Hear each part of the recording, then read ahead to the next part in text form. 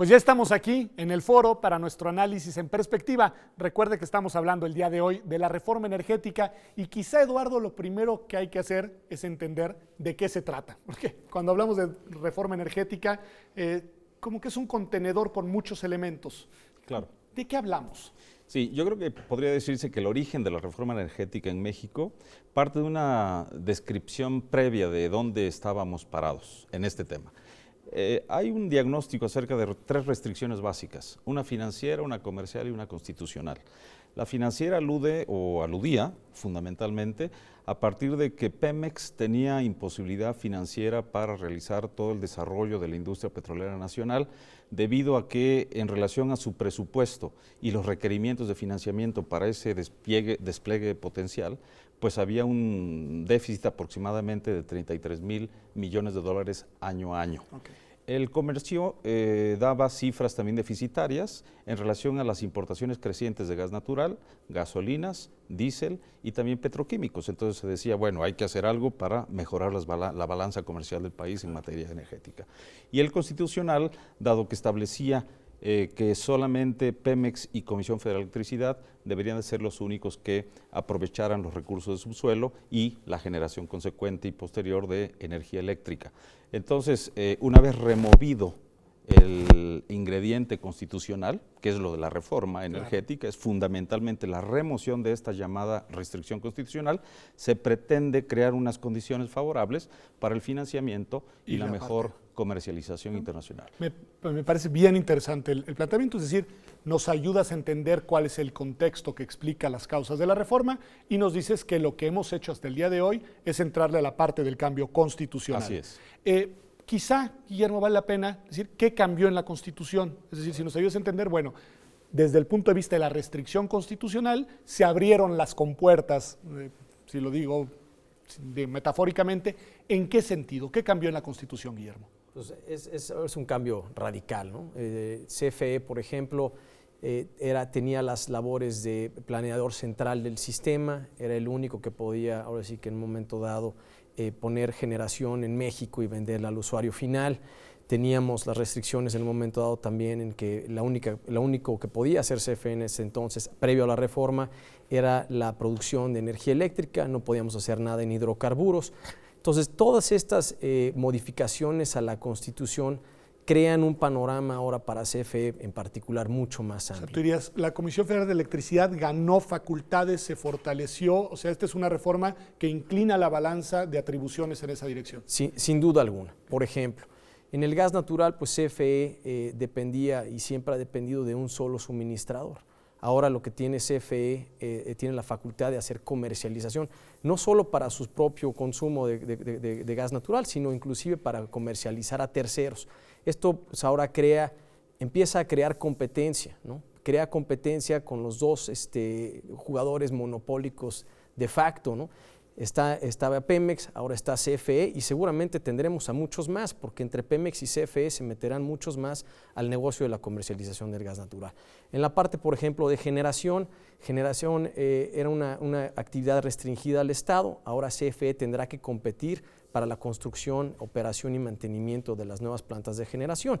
Tendremos que competir contra una AES, contra una Electricité de France, contra un Mitsubishi, contra todos estos actores mundiales para poner una planta eléctrica en el territorio mexicano. Muy interesante, a ver, Eduardo, nos dice en 3 ocasiones la palabra competir, sí, que creo que es una de las claves, uno de los ejes de lo que se quería detonar o abrir con la reforma. ¿En qué medida se está generando condiciones de competencia? ¿Cómo serán, digamos, las competencias previsiblemente y qué tanto impactarán en las otras 2 restricciones que tú señalabas, sobre todo en la que tiene que ver con la dimensión financiera? Claro, la competencia evidentemente es uno de los centros que anima la reforma energética, sin embargo, yo creo que hay que poner ahí algunas luces de alerta. No va a ser tan pronto ni tan fácil rediseñar las plantas, ni las refinerías, ni las termoeléctricas, ni los aprovechamientos de geotermia previstos en la reforma, y me parece que los costos o el perfil de costos de la prospección, extracción, refinación, suministro de energía en México seguirá estando vigente por unos años más, similar al perfil de costos actual. Si bien se dice que gas natural es... Explícanos un segundo a qué te Sí. refieres cuando hablas del perfil de costos. Por ejemplo, se mencionaba y se dice en la reforma energética, si la generación de energía eléctrica en lugar de combustóleo y gas natural se exclusiviza en gas natural, que es mejor energético y más productivo, ese perfil de costos podría disminuirse. También si ingresan a la generación de energía eléctrica más competidores, esos posiblemente podrían adaptarse. Sin embargo, hay que considerar que se pasa en efecto, como dice Guillermo, de un mercado monopólico de la energía a un mercado pretendidamente oligopólico, donde estos no van a ser, a mi parecer, muchos, sino van a ser pocos grandes jugadores, en donde entonces tendrán evidentemente la capacidad tecnológica, financiera, y de fijación de precios finales de los servicios y bienes de energía, tanto fósil como de energía eléctrica. Entonces, por eso yo digo que la competitividad hay que esperar a ver si es cierto. Yo tendría dudas fundadas, sobre todo porque pasamos de un monopolio a un oligopolio y no estoy tan seguro de que los esquemas de estructura de mercado oligopolizados sean o tiendan hacia la mayor competitividad en beneficio de los consumidores, que ese ha sido el discurso, ¿no?, central de la energía eléctrica. Guillermo, ¿qué dirías de esto, de este escepticismo? Pues a mí me encanta el escepticismo de Eduardo, porque la verdad es que el temor más grande de nosotros en CFE es precisamente el que la industria privada o que estos jugadores un poco más sofisticados que el monopolio que ha tenido CFE toda la vida, pues encuentren formas de bypassearnos. Es decir, ¿Qué sería esto? Bypassear quiere decir, por ejemplo, CFE tiene una planta de combustóleo en el estado de Veracruz que es poco eficiente, por ejemplo. Bueno, pues esta planta nosotros estamos planteando en retirarla para el año X.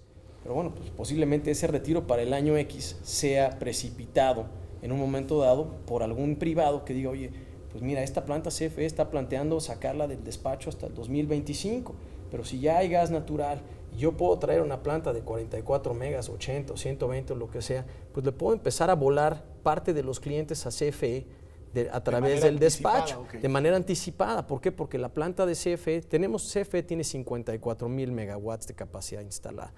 Pero de esos 54,000 megawatts de capacidad instalada, pues no todos son eficientes. Hay unos más eficientes que otros, hay unos que son terriblemente ineficientes y que nos cuestan un dineral.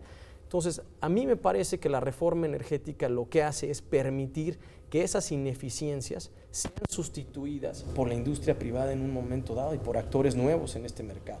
Lo más importante ahora para nosotros, y no es tanto para CFE, que claro que CFE tendrá que ver, pero lo más importante es cómo implementamos este mercado. Si no tenemos un mercado robusto, transparente y competitivo, pues sí, estas condiciones de competencia nunca se darán. Lo más importante ahorita es la creación de este mercado. ¿Para qué? Para que todos podamos competir en igualdad de circunstancias por ese cliente final. Me parece interesantísimo y tiene que ver con tu materia de especialidad, con la economía, es decir, cómo lograr ese mercado del que habla Guillermo, es decir, quién es el actor, quiénes son los actores, cómo construye las bases y las reglas para que en un tema tan delicado, tan estratégico, tan relevante y en el que se mueven tantos recursos, se generen condiciones de un mercado competitivo, pero al mismo tiempo, digamos, que tenga los resultados que se desean. Sí, en un mercado oligopólico que es el que ya de facto constitucionalmente tenemos como posibilidad real, que en breve tiempo, digamos pocos años, se irá traduciendo en hechos, esos pocos jugadores en la industria energética nacional van a tener que enfrentar costos internacionales de producción, suministro, exploración, generación de energía eléctrica y conexión o interconectividad de diferentes sistemas. Yo creo que ahí va a ser muy importante el papel del Estado mexicano en el establecimiento de reglas claras para generar espacios de competencia y no de colusión de oligopolio. Entonces, en teoría económica se estudia perfectamente eso, que un oligopolio dejado a las libres fuerzas de ese tipo de mercado, de los actores que lo componen, se coluden. Okay. Se coluden en el sentido de los costos y los precios finales. Entonces, el papel del Estado tiene que ser el de evitar esa colusión oligopólica y generar esquemas de competitividad con beneficio tendencial para el consumidor final. Hoy día, por ejemplo, los precios del mercado, lejos de ser bajos y que estén disminuyendo, tenemos lo contrario, son relativamente altos y están creciendo. El deslizamiento de precios de gasolinas, por ejemplo, o de gas natural, lo tenemos, son 9 centavos para la Magna, 11 centavos para la Premium, y energía eléctrica también ha aumentado lo que pagamos todos por nuestro consumo energético de electricidad. ¿Cómo es que el discurso que se dice, debido a la apertura y a la reforma, tendremos menores costos, mayor competitividad y menores precios de consumo? Es ahí donde yo veo la dificultad que se logre mediante este esquema, sin una participación decidida y explícita con ese propósito del Estado. Guillermo, ¿cómo hacer esto? Es decir, porque además nada más poniendo una piececita adicional, cuando Eduardo se refiere al Estado, no se refiere a ustedes, a la CFE. No. Porque ustedes son uno de los actores que está, digamos, en el juego del mercado. Entonces, ¿cómo lograrlo? ¿Y a través de cuáles instancias? ¿Se contempló o no se contempló en la reforma energética mecanismos para regular esta dinámica de mercado?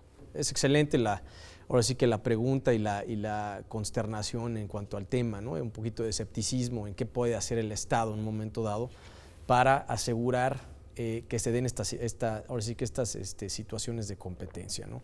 Me parece que a través de la Comisión Reguladora de Energía, a la Comisión Reguladora de Energía se le dieron facultades mucho más amplias que las que tenía anteriormente. Se tienen 3 o 4 nuevos comisionados en la Comisión Reguladora de Energía. La Secretaría de Energía tiene nuevas facultades también, mucho más amplias que las que tenía antes. La Comisión Nacional de Hidrocarburos es un nuevo organismo, el Fondo Mexicano del Petróleo es un nuevo organismo. En fin, todos estos elementos lo que harán, todas estas nuevas instituciones, lo que harán es precisamente asegurar que la participación ahora sí que del monopolista, del Estado, de la empresa monopólica natural, no sea de manera que inhiba la competencia ahora sí que de los nuevos actores. Nosotros, sin duda, CFE será un participante importante en esta nueva regulación y demás. ¿Por qué? Porque pues, somos los que hemos hecho esto durante toda la vida del país, pero sin duda nos limitarán. Y también está la Comisión Federal de Competencia. Entonces, la Comisión Federal de Competencia Económica, ¿no? La COFESE. Entonces, a través de todos estos actores, irán regulando pues, la participación del Estado en un momento dado. ¿Para qué? Para que se pueda permitir la entrada a nuevos jugadores. Yo creo que los organismos han sido creados ya, se han separado ciertas actividades, por ejemplo, en el caso particular de CFE, se extrajo el Centro Nacional de Control de Energía, que era antes el que ahora sí que es el que despacha todas las plantas, el que hace toda la optimización de transmisión y distribución. Eso ya no es parte de CFE, eso ahora vive dentro de la Secretaría de Energía y es el SENACE. En el caso particular de Pemex, se extraen todos los gasoductos, los 11.400 kilómetros de ductos que tenía Pemex o que tiene Pemex hasta el día de hoy, ahora pasan a manos de un operador independiente de sistema de gasoductos que se llama Senagas. Entonces, a través del SENACE, en la parte eléctrica, a través del Senagas, en la parte de gas natural, a través de la Comisión Reguladora de Energía, de la Comisión Nacional de Hidrocarburos, de la Secretaría de Energía, a mí no me queda ni la menor duda de que esto va a ser un mercado parejo. Aquí las condiciones van a ser las mismas para CFE que serán para un nuevo actor.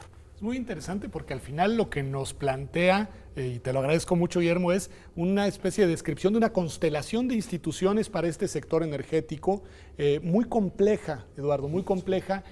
¿Tú cómo ves la capacidad de coordinación entre tantas instancias reguladoras, la capacidad de generación de las reglas? Porque si bien Guillermo nos ayuda muy bien a entender cómo está el panorama, tú nos manifestabas tu escepticismo.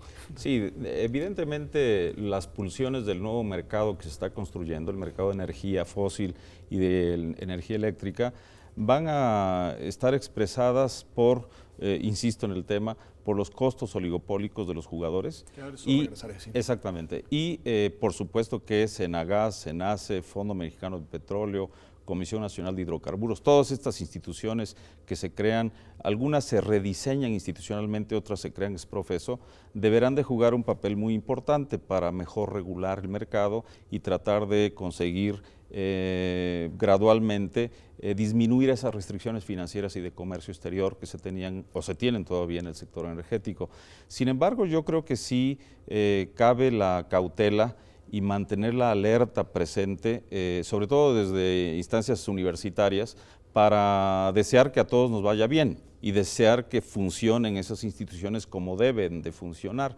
Pero me parece que, repito, las pulsiones del mercado van a estar en un sentido tal que veo difícil que en el corto plazo se traduzca eso en reducción de costos y por lo tanto en disminución paulatina de precios. Los consumidores de energía eléctrica, de energía fósil en general, no vamos a ver pronto esas reducciones, es mi parecer, y por supuesto que mientras se regule de mejor manera ese mercado nuevo, podremos ver, y ojalá así sea, que yo estoy equivocado.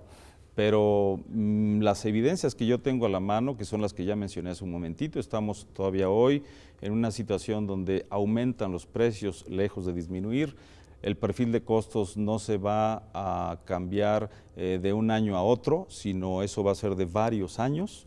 Y el diseño de termoeléctricas, hidroeléctricas, campos de producción geotérmica y muchas otras alternativas para generar no solo energía, sino generar electricidad, tendrán que ir de la mano con mejoramientos tecnológicos, mejoramientos de fondeo financiero, pero eso madurará con el tiempo. Yo les propongo lo siguiente, vamos a tener que ir a un corte ahora aquí en Observatorio y regresamos al estudio. Les propongo, Guillermo, que empecemos contigo en el siguiente bloque, entrándole a estos temas que están por acá. Uno, que me parece muy importante, cómo evitar que aunque ahora haya más actores se pongan de acuerdo y fijen los precios, que es una cosa muy importante, cuál es la posición de CFE, digamos, frente a ese riesgo. Y la otra cuestión que también me parece muy relevante, ¿cuánto tiempo para que empecemos a ver resultados? Que creo que son las dos ejes de lo que nos decía ahora Eduardo, pero ahora volvemos, vamos a un corte. Ya sabe usted, estamos en Observatorio, estamos hablando de la reforma energética,